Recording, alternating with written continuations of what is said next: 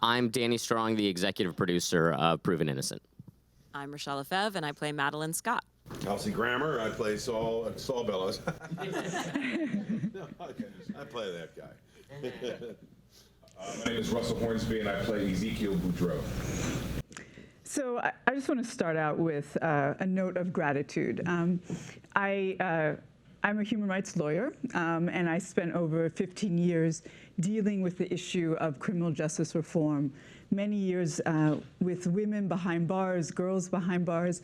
And I just want to thank you for taking the stories of so many individuals I met and creating this beautiful show out of it as a way of centering voices that aren't usually heard. So thank you for that. Kelsey, of course, we're going to start with you. Oh, lovely. So I want to understand, this show is about wrongful conviction, prosecutorial overreach, if not misconduct, forced confessions, and really kind of surfaces some of the brokenness in our criminal justice system. What made you do this? What drew you to be part of this kind of narrative and storytelling? Oh, well, first off, which is pretty simple in my life, somebody offered me a job. And then, that's half the battle. Then I went and saw the pilot, which had been shot already. I replaced an actor that was lovely in the performance, but it actually gave me an opportunity to say, well, you know what, there's a few things I can offer you guys for this. I think he needed to be more rounded and actually try to give, put a human face on a guy that was, to be painted as a bit of a monster and the devil of the piece. But he's a man of some, what's the word? Inefficiency, some lacking, some insecurity that lives in him that I thought was probably kind of fun to play. And he's got some power, but it's very limited. And he's got some courage, but it's very limited too.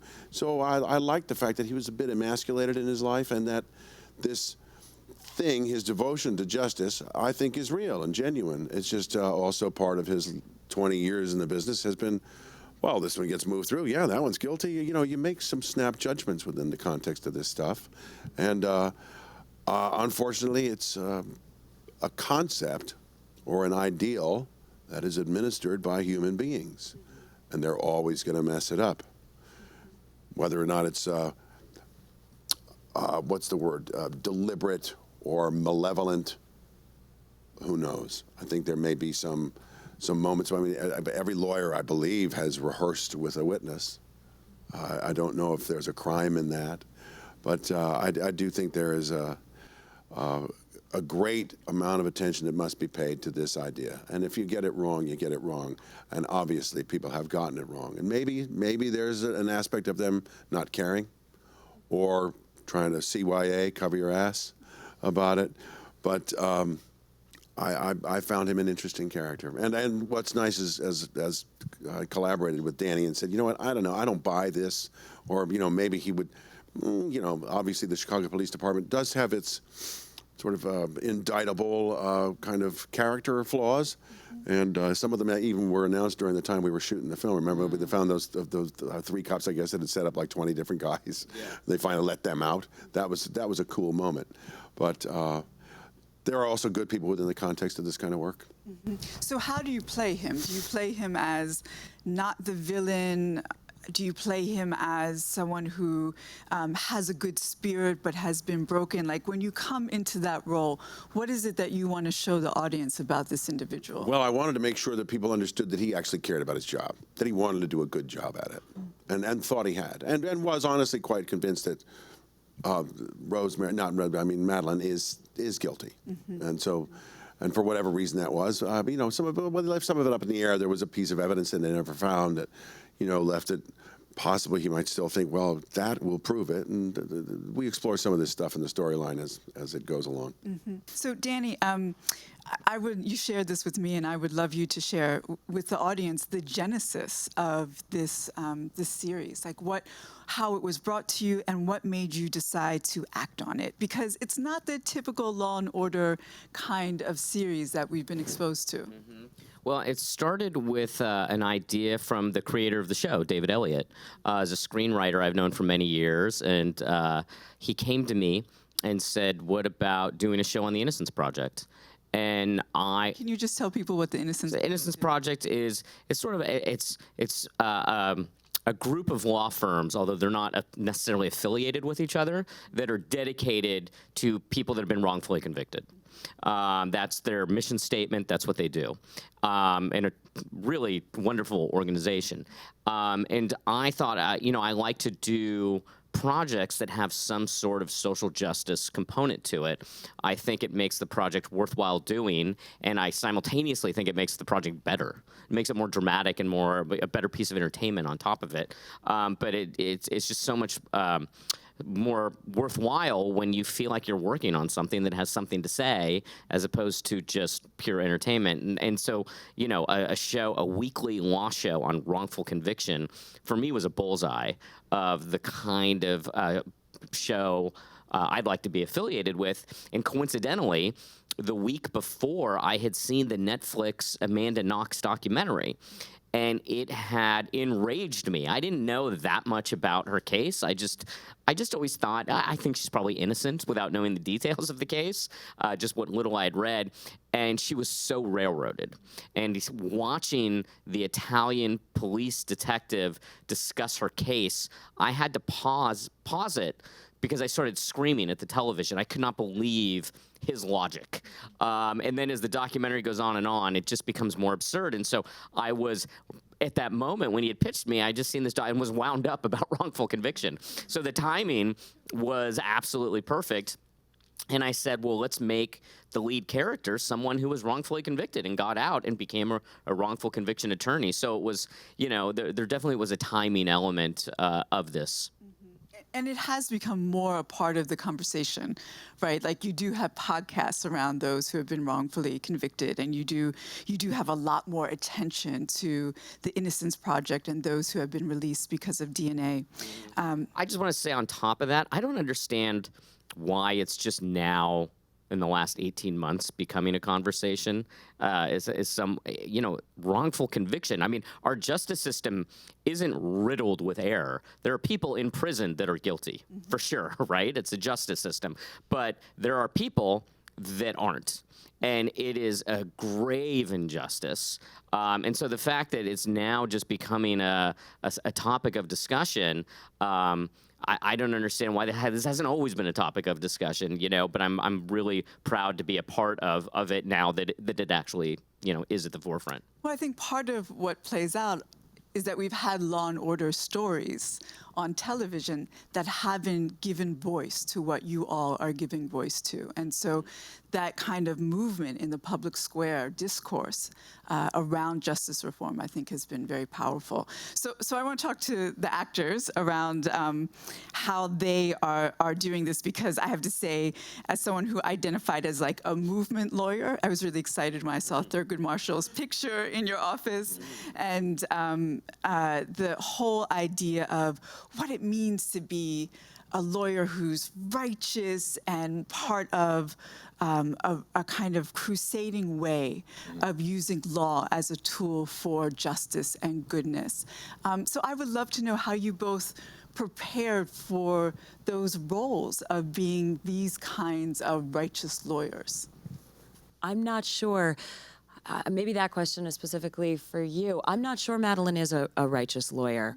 I think she's doing a righteous thing, but she's complicated, and her motivation, she wasn't a person who knew when she was young, saw injustice in the world and thought, I'm gonna do something about this. I'm going to dedicate my life to, I'm going to go to law school and dedicate my life to righting these wrongs. She had a profoundly traumatic, life-changing experience.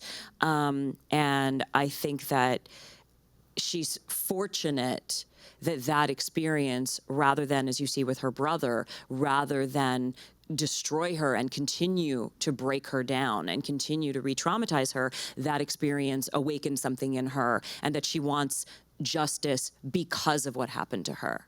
I'm not sure that the word righteous is right for her as a whole. It's about her lived experience and doing the lawyering from that place of a lived experience. Absolutely, because she's, she's definitely cares about her clients and is trying to save the people who are wrongfully convicted. But from my experience living with her, and I think we all have a version of this in our lives where you try to right a wrong for other people and you tell yourself that it's pure, and you tell yourself that what you really want to do is just spare other people the hell that you went through. But in my experience, you're always in some way trying to go back in time and save yourself. And I think that plays a part. I think that's why in each episode she connects so deeply with each of the characters.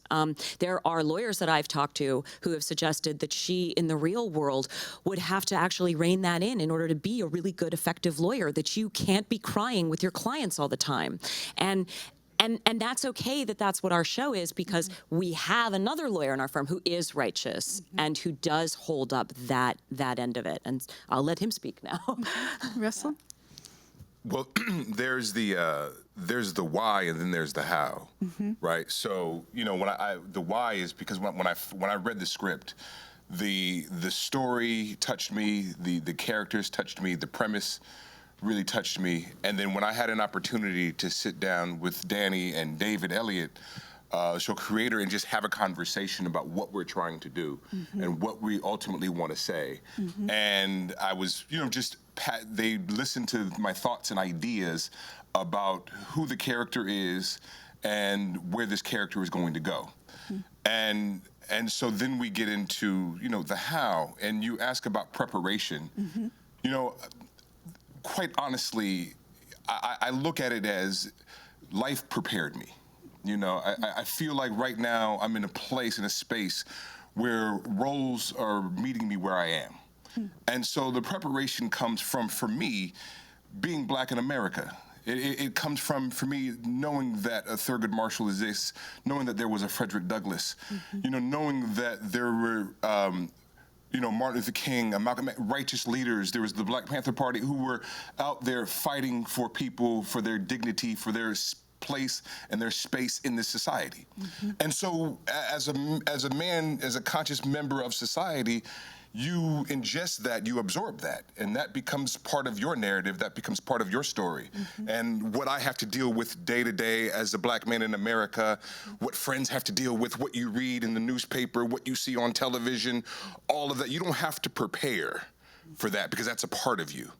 So the reason why this narrative touched me so is because I can then in turn bring that passion, bring that pain, bring that anguish to bear, and bring it, and really now, and it has, as best we can, as best I can, touch people with my passion and with this pain that I possess, and through Ezekiel Boudreau, touch people, pierce their heart, pierce their soul, so that they can say, wow, I feel something different. I sense something different. Now I want to converse. I want to communicate with other people about what I just witnessed. What just touched me? How? Why did that touch me?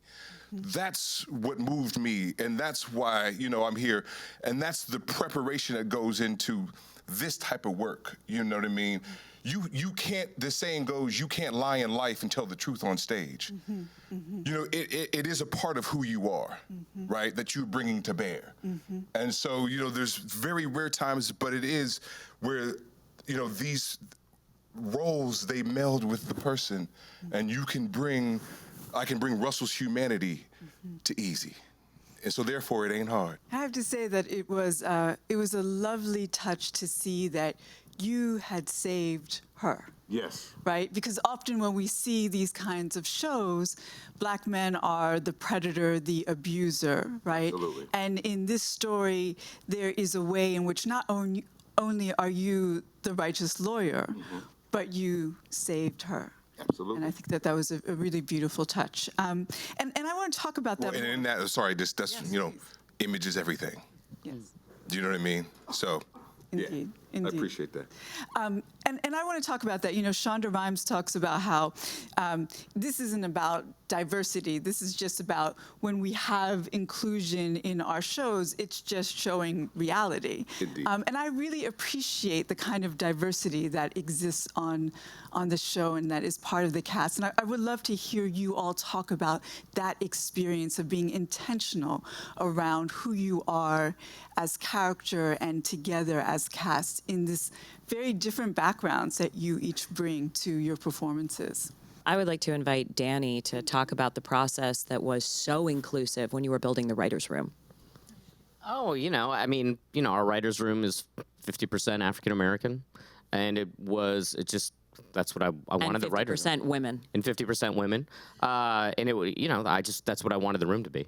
I thought that's what it needed to be. I mean, especially on a show about wrongful conviction in which people of color are so adversely affected by wrongful conviction. And so many people that have been wrongfully convicted and been released are people of color, right? So how do you do a show like this and not have your writer's room, your writers, a ton of people of color in the room? And then also with the casting for the leads of the show, for our law firm, we have 2 white lawyers, 2 African-American lawyers. I thought, okay, well, that's a cool makeup for a wrongful conviction law firm. And our directors, the same. We've had many people of color directing, many women directing, many women of color directing, so it's been...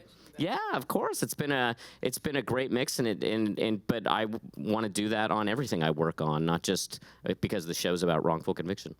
Yeah, and I think, the reason I really wanted to have Danny say that is also because I think that the way that you talk about it represents where we really should be, which is the idea that that's taken for granted, right? The idea that it doesn't have to be effortful, that it doesn't have to be something where you're trying to show how aware you are. It's just the right thing to do, to be inclusive. It's just the best case scenario for everybody involved. And so I think that in a way, as much as these are conversations that are weighted, there is a certain amount where you can kind of breathe when you encounter people who are where we want to go, which is just to take these things for granted as just the way to be. And so I always really appreciate the way that you talk about that it was just, it was obvious. Yeah, it's funny. I'm thinking back through some of those shows that I've produced. On Frasier, we had, it was probably 70% white, 30% black writers on the staff. There's an old saying, though, you write what you know.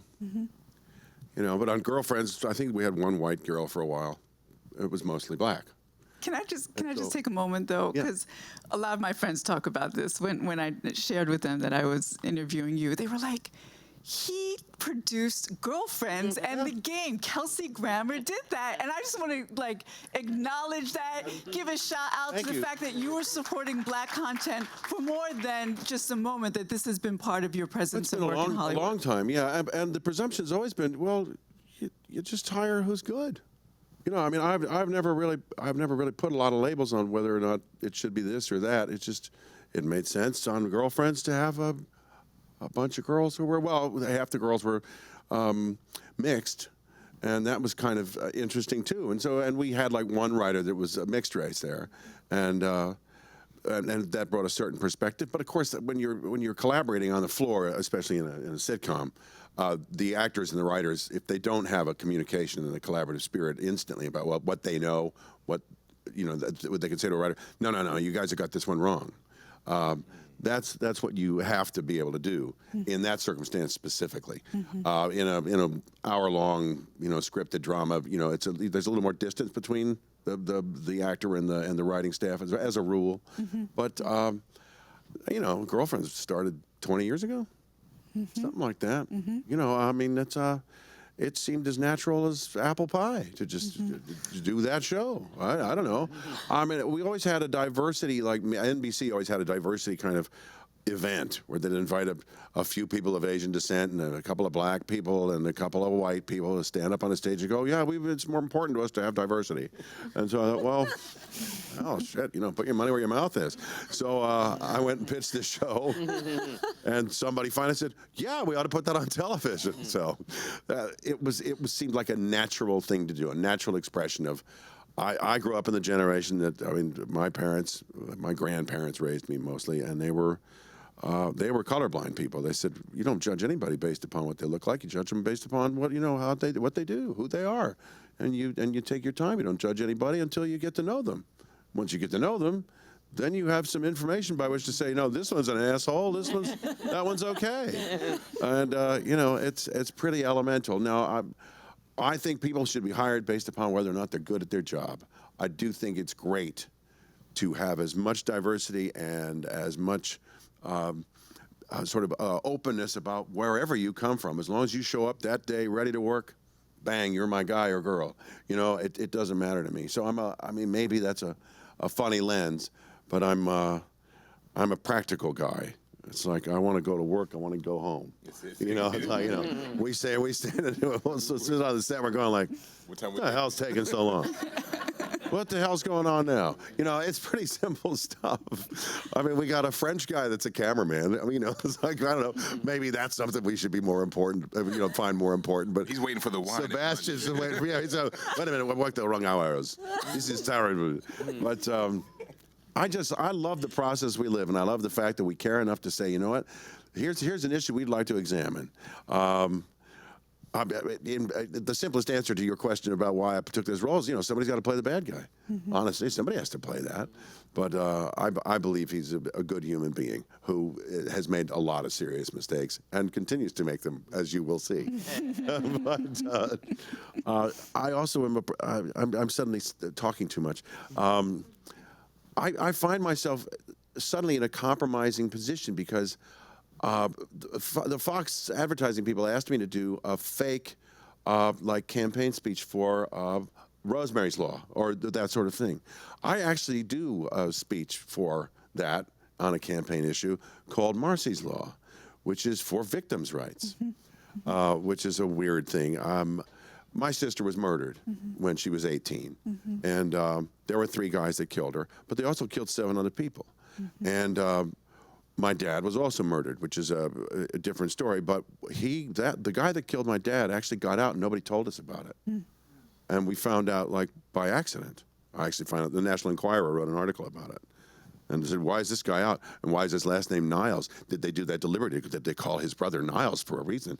That was just so weird and awful. And so I thought it would be important to start talking about that kind of stuff. So in the face of what we're doing in terms of a cause celeb, it's odd that I'm involved in this other world where I'm pro death penalty in spirit because of the guys that killed my sister. But I am against it because you would never want to kill an innocent man. And if you don't know for sure, if it was up to me, I'd kill him. I'd be fine. Let me take care of these 2. There's only 2 of them left. But there was 4 other families. The prosecutor decided that they would only try for 3 of the murders because those were slam dunks, they thought. And they left 4 other families without closure, kind of. And I thought, boy, this is a sad thing for our justice system. She died in '75, so it's a while ago. But I'm flying out on March 15th to ask them to keep one of these guys in jail. He gets to every year he gets a chance to say, I did my time. I should get out. Well, he killed 7 people. I want to thank you for sharing your sister's story and for having the courage to give voice to what it means to have a loved one murdered in that way and be able to talk about the work of the wrongfully convicted, to be able to hold both realities, both You do want to hold them both. Absolutely. Because we don't want to be a society that makes those kind of mistakes. Absolutely. We just don't want to be. Absolutely. And we are a better system for being able to hold both those places. And the conversation around justice is a better one because we can hold both of those places. So thank you. I come out of the work of girls who have been bought and sold. and seeing the horrible ways that they were raped and commercialized, and fighting for those abusers to be held accountable goes side by side with the insistence on fair and equitable justice. So I really appreciate judgment, but you gotta get them. Yes, yes. So thank you for bringing all of that present with us. Thank you. I wanted to ask each of you to just talk about how this series and everything that it brings forward and all the ways that it has asked of you to stretch yourselves as writers, as actors, as producers, and all of what it has forced you to bear witness to in terms of the stories of the wrongfully convicted, which are such horrible, egregious stories in terms of their suffering, but evidence of a broken justice system. If you could talk about how all of that has changed you as a result of your work in the series. It's a challenging question to answer, but all I can do is just harken back to kind of what I said before, that it's been ever present in my life. You know, the notion of the wrongfully convicted. That, you know, it's been a part of me in my life, and so I don't think hasn't really changed me per se. It's just made living life sometimes a lot more painful, because it's ever present. You know, you were aware of it, but now it's ever present. It's in the forefront of your spirit, you know. And so, you know, you listen to podcasts, you read about things, and, you know, and now that I have children, you know, I cry for them. Do you know what I mean? Like, it pains me when I think about these stories, when I listen to them, or I meet people who have been exonerated. It's painful. You know, quite honestly. And so that's what continues to give me the passion just to move forward and to work as hard as we do on the work, quite honestly, because, you know, when people see it, whatever they take from it, you want to make sure that it's full, and that it's fully something that they can ingest and then ultimately feel. I'm just glad to lend a voice to anything that actually seems important at the time. I mean, I honestly am a witness, I suppose. And I think that's probably more important than anything else, is to witness something that is happening, to bring light to it, and be a part of that. And, you know, somebody told me a long time ago, this is not an original thought, great art makes us ask questions. If you walk away with a question or two and say, you know, maybe I better check that out or rethink this a little bit, that's about as good as an actor's life can get, that you've actually done something that maybe someone decided one day to take a pause and rethink something. And so I feel quite happy to be part of the game. I would echo that, and I would say that the experience that I had making it was that, and that I feel that the way that I changed was the way that I grew. You know, we had episodes every week that dealt with corruption for a myriad of reasons and all kinds of biases. You know, we deal with racial bias, sexual bias, you know, gender bias, sexual orientation, religious bias. I mean, we get these scripts, and at the heart of every script is a massive subject to unpack, and we are trying to make a television show, not a, you know, philosophical documentary, right, about where we all sit around and talk about our feelings and experiences and try to figure it out. But that's what we did behind the scenes, because you don't get a script like that if you have a cast like we have that that is incredibly engaged and thoughtful and wants to participate in the conversation.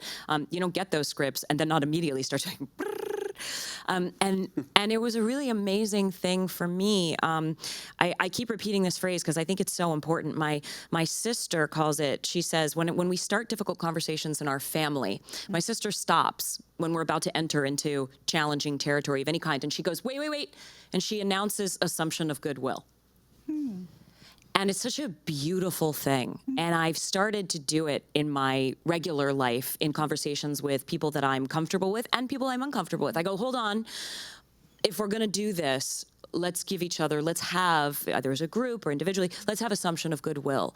Because these conversations don't result in progress unless people are allowed to, A, be honest in ways that might incriminate them in the conversation, or B, they are allowed to admit ignorance either by admission or by demonstrating ignorance in what they're saying. And those things need grace. They need the other person not to attack, not to launch into diatribe, and they need the other person to just stop and inform and educate and offer an opportunity. Now, if the person doesn't take the opportunity, that's a different conversation. But if the person is going to take the opportunity, the only way to know that is to give it to them. And that's what happened with, as Danny pointed out, we have a diverse cast, and it was an opportunity behind the scenes each time for me to go to my castmates and say,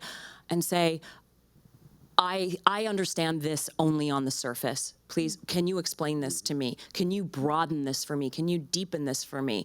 Or to do the opposite, to say, actually, I understand that you have your back up a bit, but let me give you my perspective and let me give you an alternative way to let me reframe that for you. And that's how we functioned every day on set. And it was the most, for that single reason, in addition to everybody just being lovely and us having a great time making a good television show, for that reason was the single most gratifying work experience I've ever had. Amazing cast, isn't it? Yeah, I mean, everyone is so thoughtful and well said, and incredible actors. What was it? Assumption of goodwill. Well, that's nice. I just had one when I said that. For me, what it brought to me is what I'm hoping that the show brings to everyone, which is awareness. Awareness, empathy. We take a look into many people that don't get a voice in a mainstream platform, to give them that voice. And for me, I'm fascinated about learning about them and about learning of people that aren't myself. I have a lot of friends that are funny Jewish writers. I don't need to write a show about them, right? So it's what was that? I was just thinking of Mrs. Maisel. Yeah. Although I love that show. I mean, I really love that show. There was room for one. We do a transgender episode. We have a death penalty 2-part episode. We have an episode on shaken baby syndrome. I didn't know anything about shaken baby syndrome. I'm blown away by it. That the science has been debunked. There are women in prison who supposedly shook their babies to death, but the baby just could have fallen and hit its head. It's a tragedy. And so to be able to shine a light on that issue, I'm proud of that, but I just want to shine the light. I just want, people need to know about this. I didn't know about it, and now we have a platform to tell millions of people about it, and we do it episode after episode. So for me, it's about that awareness, and there's a bias. There's a general bias for people that have been found guilty, which is, well, if you were found guilty, you went through this process, you must be guilty, right? And many of them are guilty, right? But for that small percentage that isn't, perhaps when they're now going through the process of having a retrial, if people on the jury have seen the show, they may be more empathetic. They may want to give them, they just want to look deeper into this issue, into this case. What, did this really happen? What did really happen? And so many wrongful convictions that we read about in the news, they happen because of DNA evidence. The person gets released because of DNA, because that's conclusive, right? Well, what about all the cases where there is no DNA evidence? And that is where many of our storylines come from, those cases. So, to give that awareness, a sense of empathy for individuals and for, the system in its totality is the goal of the show. And by the way, to have a really entertaining show. I mean, our show is exciting, it's cool, it's funny, it's emotional. It's not just this relentless, depressing, oh my God, this is so horrible. And that's actually the challenge with the subject material, to be able to do that. Yeah, it's interesting. I'm sitting here just thinking. There's a great play called 12 Angry Men. Did Patty Chayefsky write it? No, it wasn't. But so Sidney Lumet directs this movie, it's fantastic, but this is what we do. This is, we call attention to things that maybe need a second look, that make us think a little bit. And it serves the same purpose. It's a fantastic, compelling film about a group of jurors sitting in a room, and that dedication that suddenly these 12 people have to find the right thing out. And I think doing the right thing is still a wonderful, focal, striving. And I'm pleased to actually be part of a striving situation. I'm not going to offer any answers. I'm just going to, like I said, hopefully some good questions. And it's a pleasure to be part of it. Thank you. Tell people also it's a small, tiny little thing, but people sometimes ask, when people are moved, they often ask, what can I do? Mm-hmm. And something interesting happened between the pilot and I became a citizen of the United. I'm Canadian. I became a United States citizen a year ago today. Welcome. Thank you. And thank you. And because I had a green card, I'm on the list. There, I don't know how the system is. It's bureaucracy, but I got I got him on the list. I get invited to go. I get the jury summons, right, to go participate and be on a jury. And I have to check every year. I have to check the box that says not a citizen and send it back because I've had my green card. And we shot the pilot, and then between the pilot and doing the series, I went home to Los Angeles, and I got one. And I thought, and it's really bad because I ended up having something I actually couldn't move, and I couldn't do it, but I can't believe I'm going to say this. It's hypocritical. But when I got it, my thought was, oh, and I've just done this show, and I'm a citizen, and I've just done this show, and I shot the pilot, and I kept thinking, like, how can I help? What can I do? And this thing that I would get in the mail that seemed like such an irritation, right? I've got to go, like, jury duty. And my friends were like, oh, jury duty. And I went, oh, that thing that comes in the mail is an invitation to participate in the process. And so even tiny little things like that now, my view is sort of different. Yeah. It's a little more than an invitation, actually. Yeah. Sort of like, No, I mean, it's kind of a penalty involved. The invitation. Lie or don't show up. The invitation is to participate with all of what's in you and not just sit there, I guess. Yeah. It's supposed to be a privilege, I know, but it is inconvenient sometimes. It is. Like, it's funny. Like, we're having this amazing engaged conversation about social justice, and then you go home and you get your jury summons. Very, very nice put. Well, now when people get that and they've seen the show, they can consider that there's something like a forced confession, right, or prosecutorial overreach, and those kinds of ways in which we demystify, I think, are important, and who we center in the storytelling is so critical. So again, thank you, and it's such a privilege to have you here at Google. Thank you. Thank you. Thank you. Thanks.